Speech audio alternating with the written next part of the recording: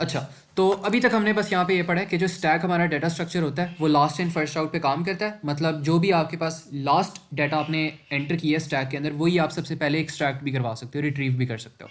फिर हमारे पास एक स्टैक पॉइंटर का कॉन्सेप्ट आता है। स्टैक पॉइंटर क्या करता है, उस बॉक्स पे, उस इंडेक्स पे पॉइंट करता है जहाँ पे आपने वैल्यू रखवानी हो।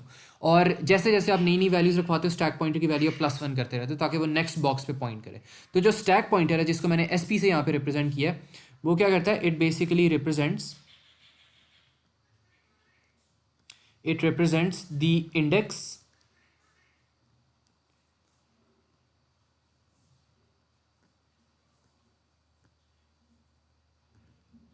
where you want to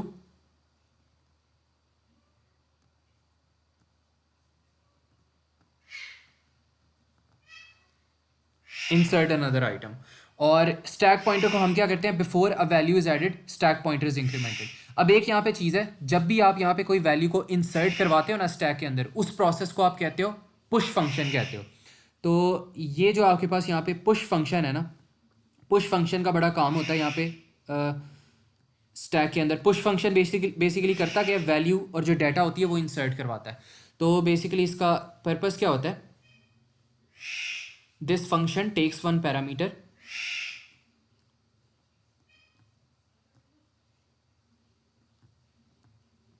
this function takes data as a parameter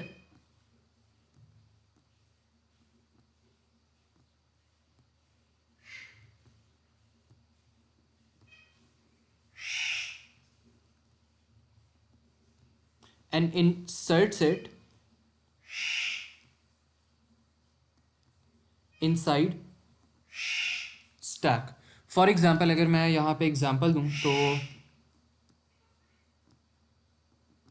for example push के अंदर अगर मैं ये वाला फंक्शन कॉल करता हूँ, पुश के अंदर मैं 5 रखवा देता हूँ, तो ये क्या करेगा, बेसिकली स्टैक के अंदर 5 की वैल्यू जो होगी ना वो इंसर्ट करवा देगा। लेट्स से मैं पुश 5 यहाँ पे रखवाता हूँ, तो क्या होगा, यहाँ पे SP की जो वैल्यू होगी वो इंक्रीमेंट होगी, यहाँ पर आएगी 4th इंडेक्स पे, और यहाँ पे मेरे पास क्या आ जाएगा, यहाँ पे मेरे पास 5 इंसर्ट हो जाएगा। तो पुश 5 क्या करेगा, will insert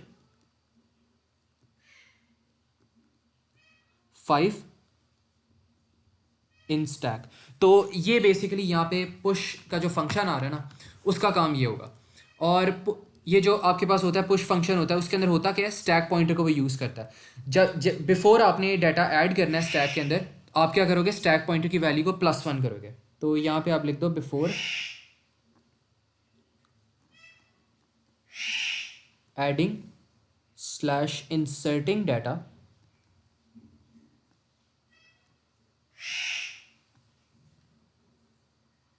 value of SP is incremented. Basically क्या हो रहा था इसके अंदर, SP इक्वल्स टू SP +1 हो रहा था, उसकी वैल्यू +1 होती है। अब क्या करती है, जैसे ही आपने वैल्यू SP की इंक्रीमेंट कर दी, वो उस बॉक्स पे पॉइंट करता है जहां पे आपने क्या करना है, आपने वैल्यू इंसर्ट करवानी है। Now SP points to the index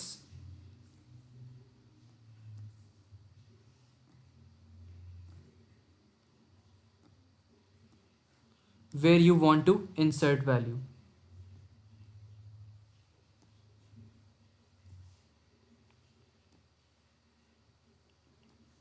तो यहाँ पे SP क्या करता है, फिर पॉइंट करता है। अच्छा, अब इसके बाद हमने क्या करना है यहाँ पर अब हम क्या कर देंगे, अब SP जहाँ पे पॉइंट कर रहा होगा, जहाँ पे हमने वैल्यू को इंसर्ट करवाना है, वहाँ पे हम क्या कर देंगे, फाइनली वैल्यू को ऐड कर देंगे। फाइनली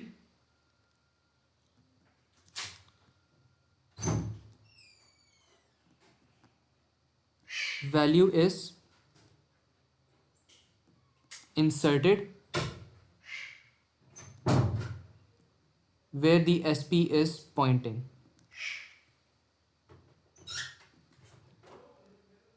तो ये यहाँ पे बस पुश फंक्शन का यहाँ पे काम होता है। अगर इसमें कोई चीज़ नहीं समझ आई तो डू लेट मी नो। अच्छा, इसके बाद ना हमारे पास एक यहाँ पे फंक्शन आता है, पॉप का फंक्शन आता है।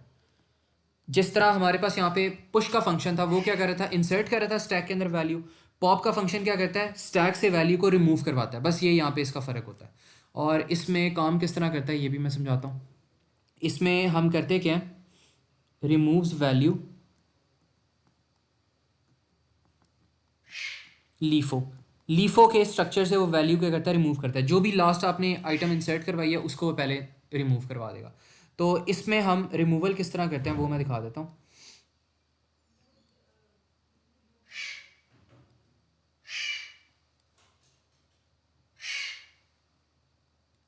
अच्छा, लेट से हमारे पास यहाँ पर वैल्यूज़ इंसर्टेड है 1 2 3 4 5, और यहाँ पे आपके पास इंडेक्स है, ये -1 इंडेक्स है, ये 0 है, 1 है, 2 है, 3 है, 4 इंडेक्स है।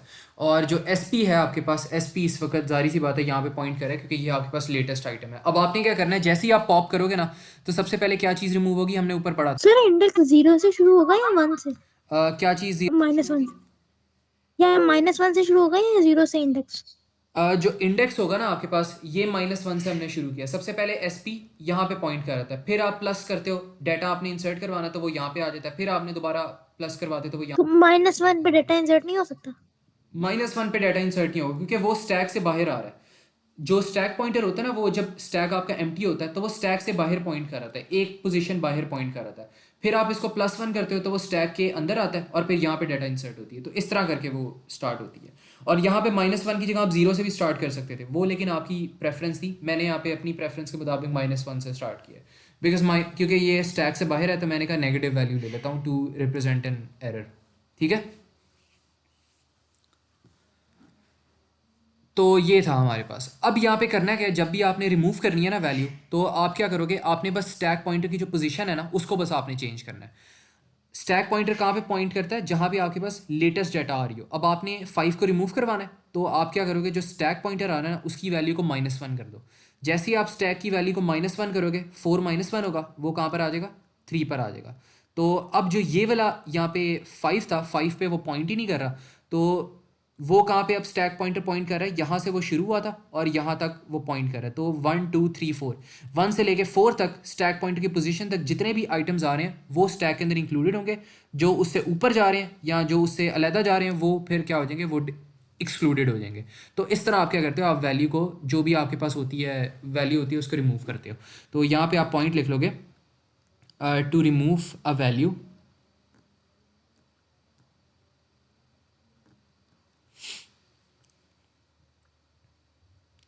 स्टैक पॉइंटर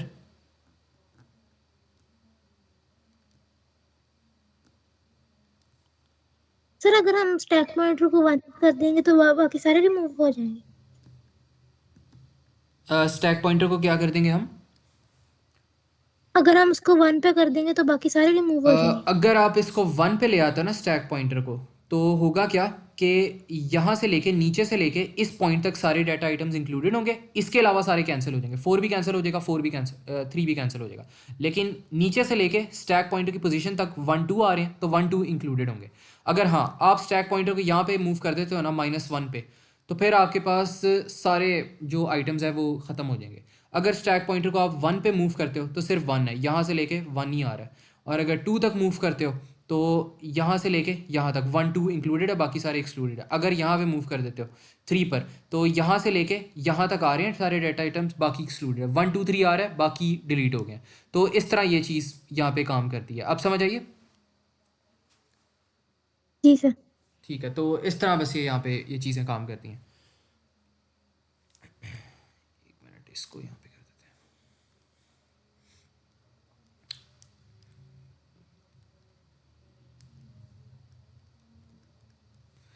अच्छा, तो बस ये है यहाँ पे इसका, और पॉप का जो फंक्शन है ना उसमें ऐसा और कुछ है नहीं। बस एक यहाँ पे एक क्वेश्चन है मेरे पास, वो मैं आपको करवा देता हूँ ताकि बेहतर समझ आ जाए।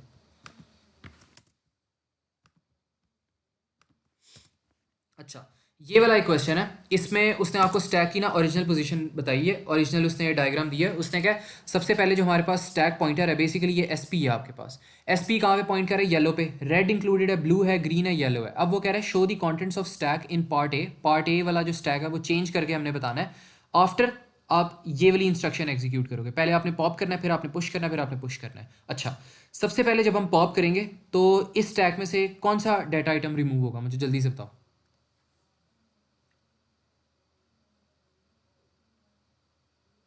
येलो वाला।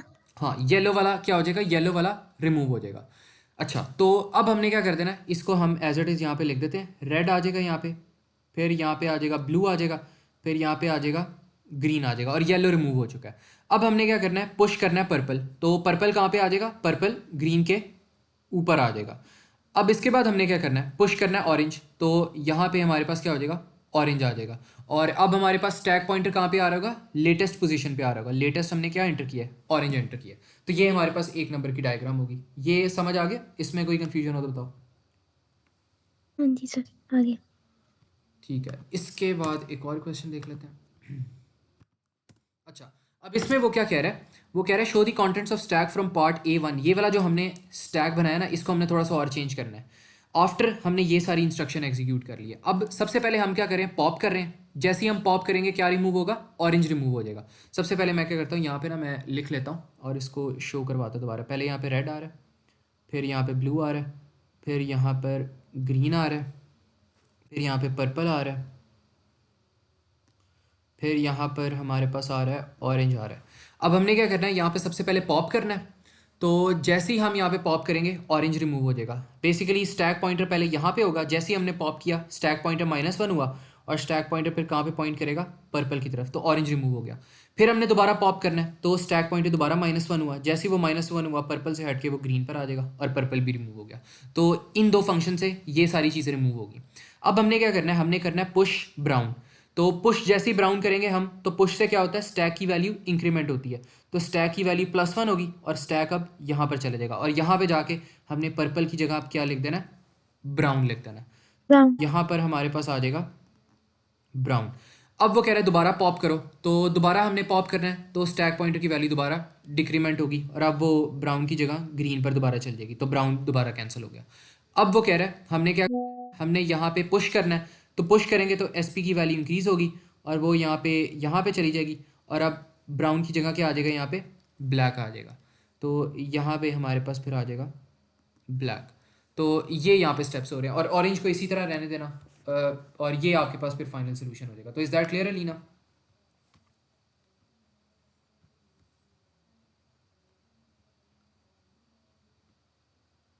बच्चों समझ आ गई है, कोई इसमें कन्फ्यूजन हो तो बताओ। आगे समझ। ठीक है, चलो बस आज के लिए बस इतना था। स्टैक्स हमने कवर कर लिए। यहाँ पे स्टैक के एटलीस्ट 5 जो क्वेश्चन है ना वो अटैम्प्ट कर लेना। GCR के अंदर मैंने इसकी भी असाइनमेंट बनाई होगी पुरानी कोई, तो पुरानी असाइनमेंट में क्वेश्चन पेपर्स होंगे, क्वेश्चन पेपर में जाना, उसमें 5 क्वेश्चन एटलीस्ट जो स्टैक के है ना वो अटैम्प्ट कर लेना। सर ADT बस यही है। अभी अभी सिर्फ हमने ना स्टैक किया एडिटीज़ के